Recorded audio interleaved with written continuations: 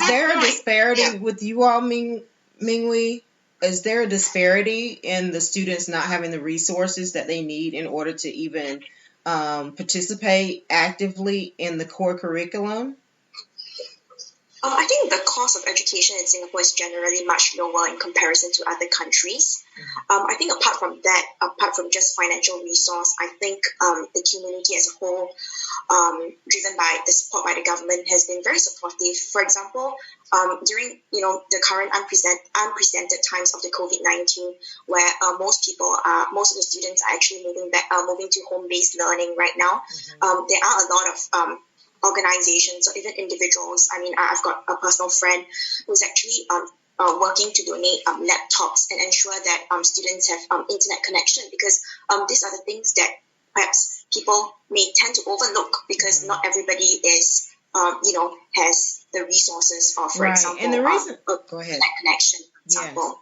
Yeah, and the reason why I asked that was because Ayush alluded to the fact that maybe there's that disparity there of maybe students becoming complacent. So I'm wondering if in other parts of the country, if funding plays a factor, or if it's parent participation, or do you think that students they feel like they're in a position where they don't really have to push as much because maybe we were the top in the U.S. in the past, and they feel like we'll always be in the top tier, but that's no longer the case. And so I was wondering, did we see what the disparities were? Leading with our heart rather than our heads, what disparities we're facing here in the U.S. So that's why I asked that question. I wish Sheila would have been able to come on and speak to that. She's a professor in California, and her son is in the school system there. And I know she told me that when all this started over there, that her school that her son goes to, they provided computers and internet to all the students, but there were some students in the school that were homeless, so that they actually allowed them to stay in the school and learn, and actually were living in the school. Yeah. So, and she had shared that with me, and I was like, wow. Yeah, that's interesting. So, Ayush, are we on target here with your findings, or are you thinking something completely different from what we're sharing? No, it's good. Okay. I mean, it's what I mentioned, complacency, and that's what it's from a website I got. Let me see the name. Yeah, Nation Master. It kind of shows that India has a long way to go than the United States. So I was maybe thinking complacency could be a factor. Right, right. And I should note that our resource for today has also been the U.S. educational ranking systems worldwide. And I guess we should actually go through those. I know we've talked about a lot of different things. We have New Zealand in 10th place, Iceland in 9th, Norway in 8th, Sweden in 7th, and the Netherlands in the 6th place. And then we'll discuss what those disparities were, but they're looking at the examinations that students take in relation to their education system and the gaps between the mathematics, science, and reading areas specifically. And then on that particular report, though, the U.S. did rank 2nd and Finland number 1. So, Victoria, to your point, Finland seems to be doing some really great things there, and maybe we should explore what methods they're actually using as well that can be incorporated. And I think that as a consensus, we're thinking about a total revamp. And it's very interesting that we're going through COVID-19 right now, right? Because all of us are looking at, definitely compassionate, emotional intelligence is a hot topic right now.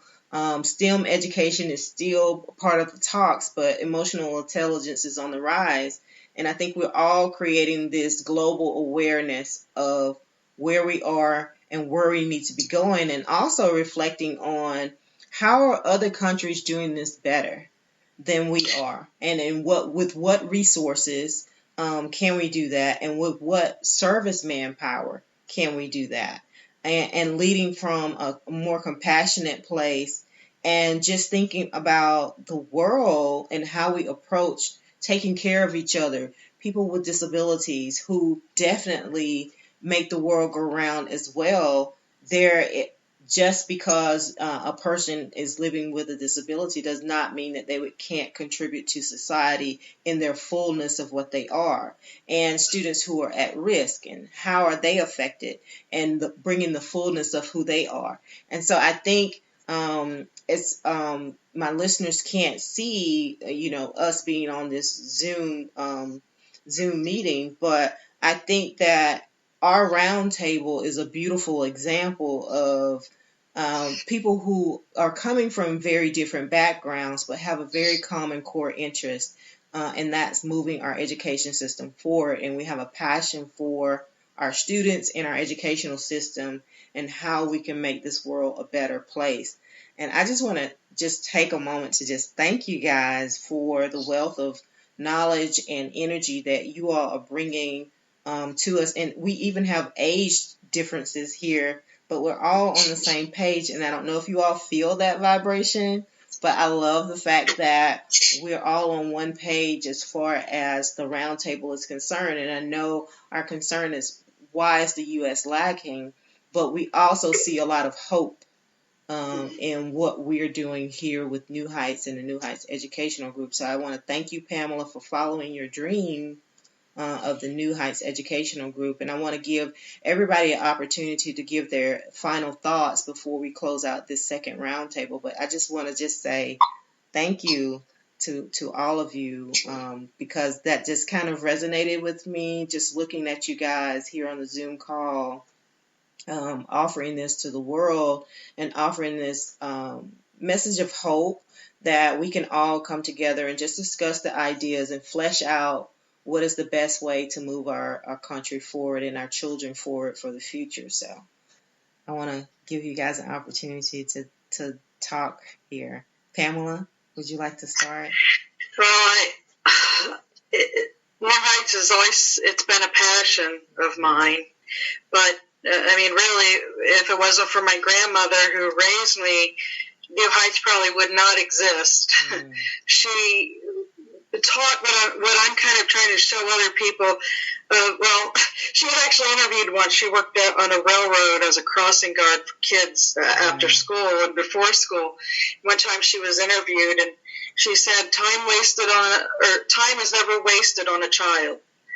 And she really lived that and instilled it in me. And she also taught me about my heritage. She taught me about how important education is, how proud she was of her family, how hardworking they were, how they were one of the early pioneers of a neighboring community where I live, and they built the first school. They were the first school examiners, actually.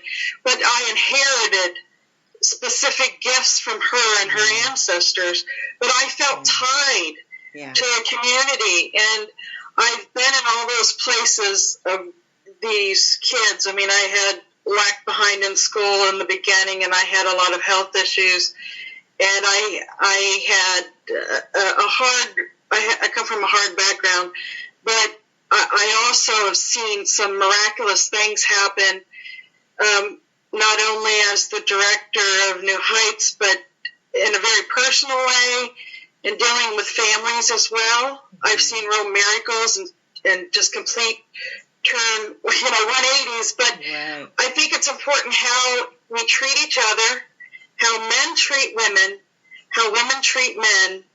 My husband and I, we've been married almost 32 years, and he still opens the door for me. Oh, that's beautiful. So, but why is that important? I didn't know why that was important when I got married, but his family taught him that kind of respect, that level. And I've had girls that have come to New Heights and say they're not, like, why are you doing that? Don't do that. I'm not, like, what? Like, and it's like that do not value themselves, and it breaks my heart. Yeah. Thank you for sharing that personal story. Ming Lee? I just want to thank Buffy and Pamela and the New Heights Educational Group as well for hosting this and giving me an opportunity to share. And I think we're on the same page here.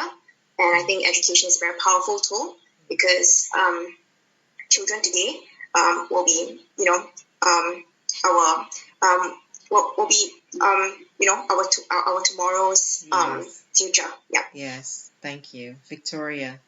Closing thoughts.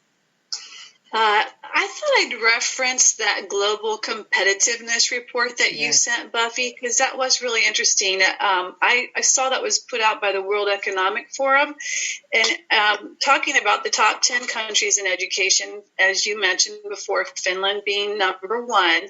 The things that stood out to me there is that they have plenty of recess time, which to calmness and relaxation and play, taking the tension away. And they also have less emphasis on homework. Thank you for bringing tests. those points out. Yes. And then the final thing would be that their education is free all the way through university. So, it's, teachers are paid very well and screened very well. Yes. That's why we're...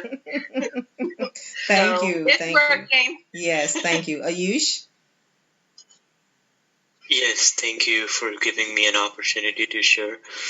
I would say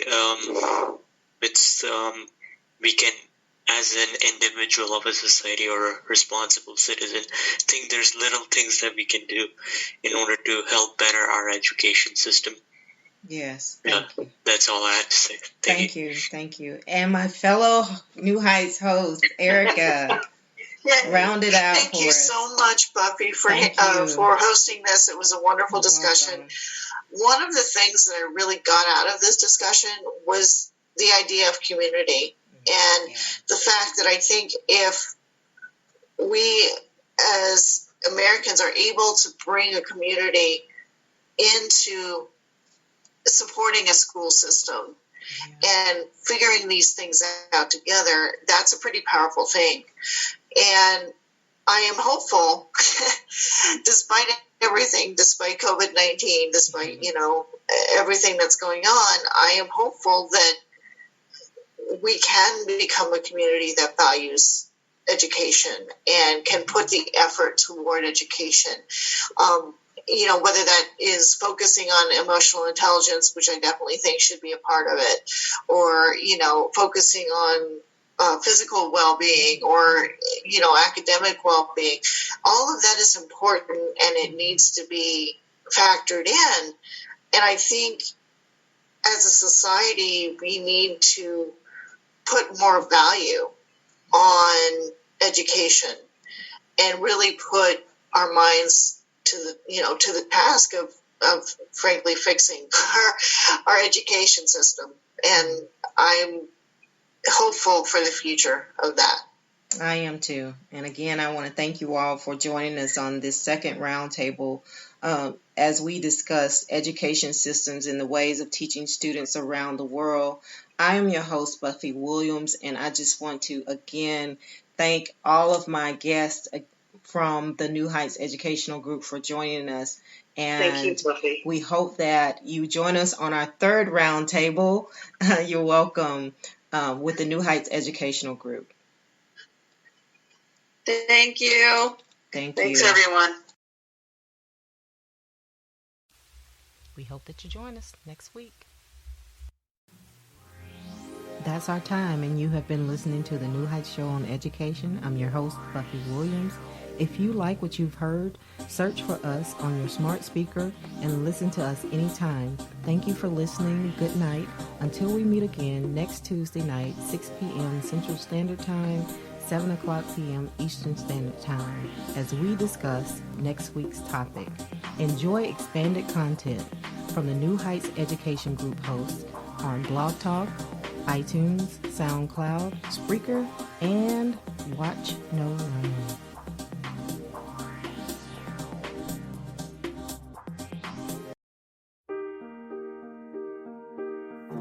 We hope you enjoyed today's show. Don't forget to rate us and follow us on your podcast player. Check out our show page, radio.newheightseducation.org, for monthly announcements and other happenings.